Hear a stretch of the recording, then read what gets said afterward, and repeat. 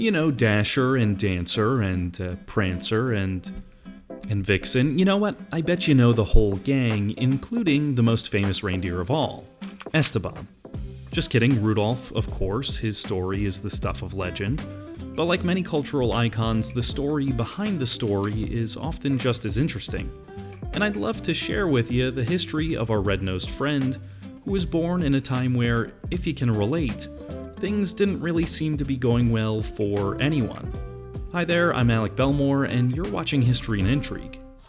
The year was 1939, and the past decade was an absolute train wreck for most people.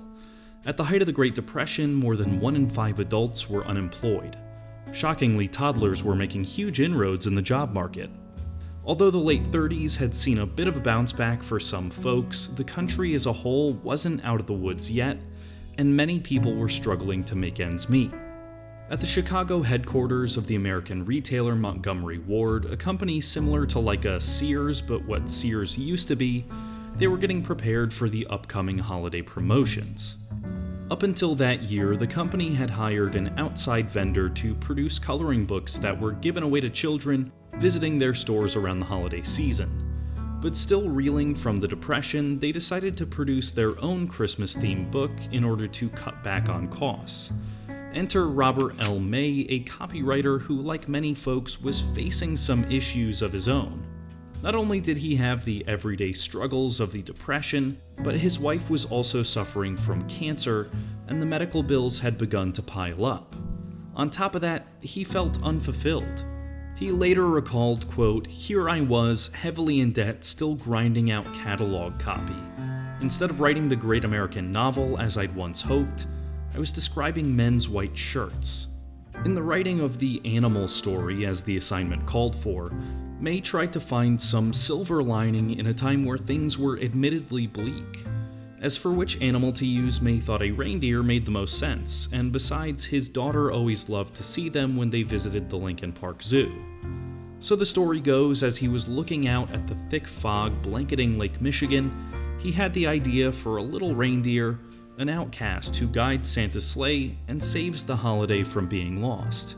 The outcast part is important and an extremely personal part of May's story.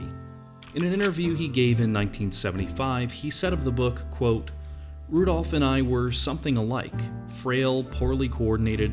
I was never asked to join the school teams." While the story was coming along throughout the year, so too was Mrs. May's cancer.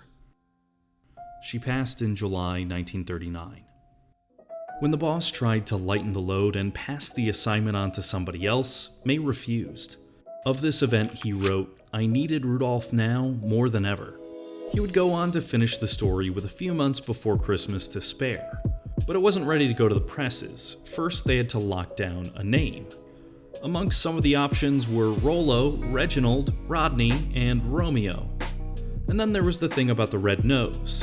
See, red noses meant something a little bit different back in the 1930s. They were most commonly associated with alcoholics and drunkards.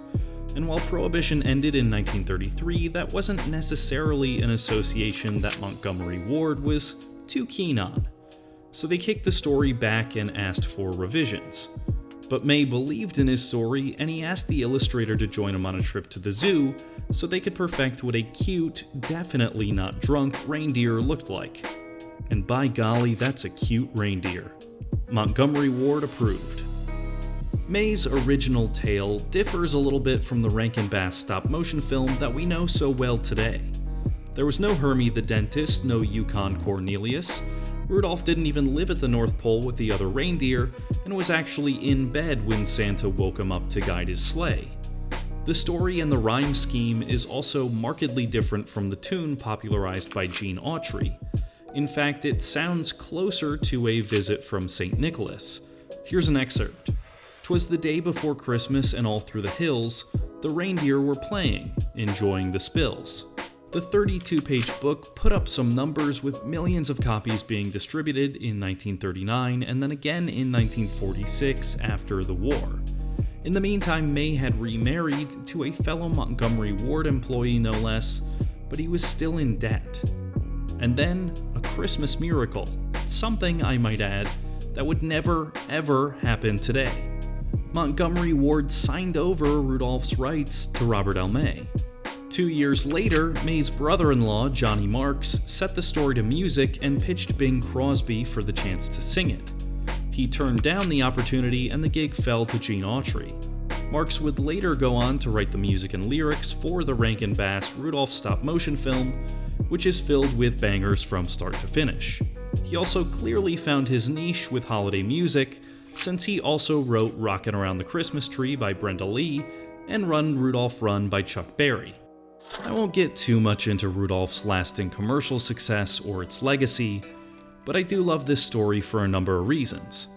And while there has been some discourse about the song and the Rankin-Bass adaptation promoting bullying, and according to the New Republic in 2013, showing a dystopia where affection is based on economic worth, I do think at its core it's a story that teaches us that the things that make us unique are the very things that make us special.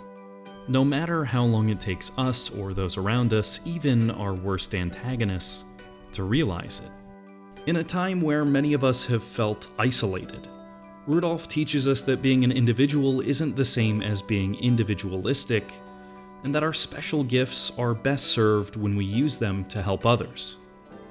Happy holidays from History and Intrigue.